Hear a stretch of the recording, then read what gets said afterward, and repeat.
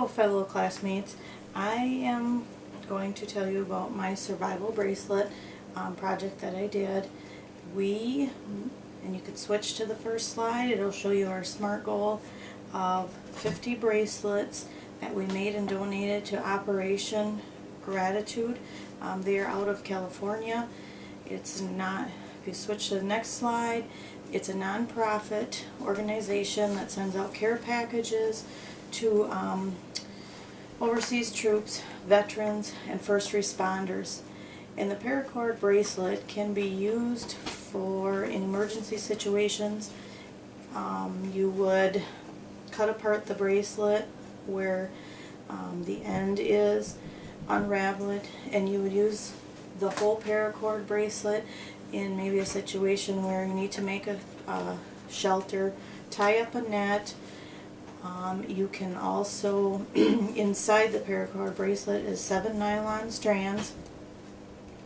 You can take that out. You can use it for an emergency suture situation if you need it.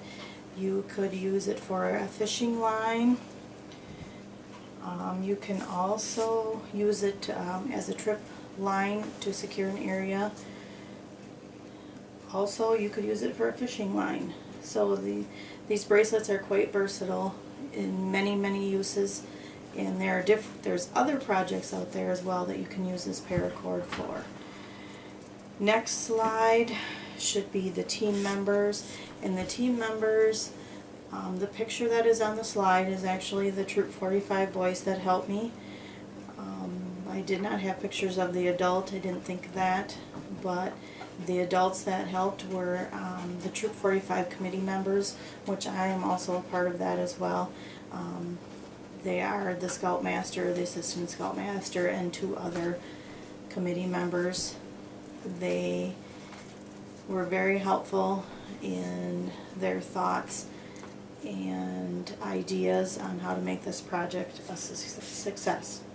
The next slide is a list of all the meetings that took place throughout this project, and I actually ended up with an extra meeting because I first presented my project to the adult committee and they gave their okay, and then actually the extra meeting came into presenting it to the boys and getting their okay and getting their support for helping me with this project.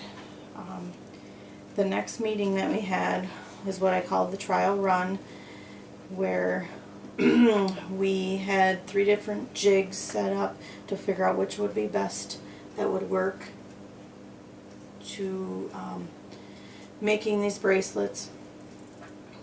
And we figured out that at that time that more of an assembly line type setup would work best, that we would in the pre-assembly area start the bracelets, getting them cut, getting them started on the plastic brackets or the buckles, and from there in that same meeting we decided the initial goal was to have some of the younger scouts help out. We kind of decided at that meeting that it was a little bit beyond some of the younger scouts, so we're going to keep that in our mind. As they grow older, we can maybe do something with those. And we actually, for the implementation, our first meeting where we assembled them, we took about 30 minutes. Most of that time was the teaching of how to make the bracelets. In that time, I let the boys know that their very first bracelet that they made, they can keep that as their very personal, as a thank you for helping me. The next meeting that we did, we took probably an hour or a little more dedicated to just making the bracelets. That went a little bit better. We had to refresh, a little bit of memory, because I believe at the time we had a gap with a snow day or something, so we did some refreshers, and then I think there was a boy or 2 there that wasn't there the first time.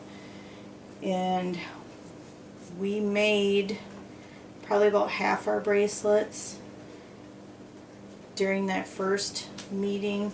We had about 5 at the first meeting towards the project, and then the second meeting we made about 20. So then the third meeting, they made about another 25. So we made our goal. The last meeting that we had was on April 28th, and that was a wrap-up meeting to discuss what our successes were, what we could have done better, things that hindered us, and possible ideas for the future as far as fundraisers or donations.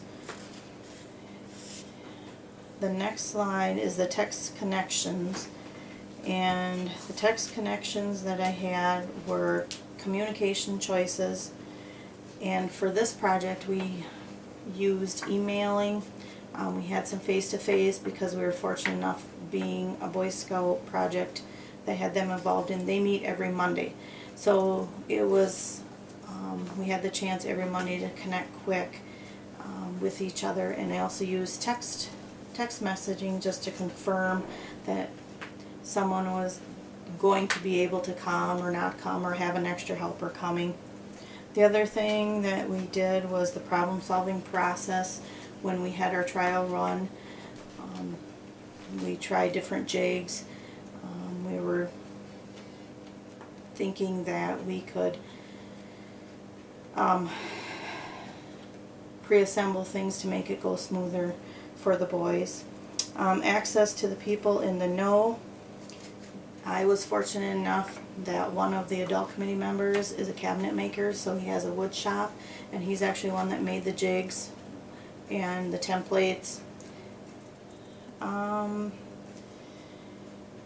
Lessons learned on the next slide was documentation and focus. Sometimes we get in the process of just using our memory, and when you get multi things going on, things can get forgotten. So one of the things I learned is to really try and make sure to document things as they happen, because it's very hard to go back in your memory 3 days later after something happened and have accurate documentation. It also provides a way of, in the future, if somebody wanted to do the same type of project, it gives them great ideas and a great start for their project. The focusing part, I would say during this project, because it was a Boy Scout meeting, there was temptation to maybe take care of some other things while we were trying to do the project. So we needed to learn to focus on what we were doing and maybe politely say, I need to take care of that later. But you need to be careful on how you address that so you don't offend somebody. I'd like to thank you for your time. This has been a great class and I've learned a lot. Thank you. Hope you enjoyed my video and my PowerPoint.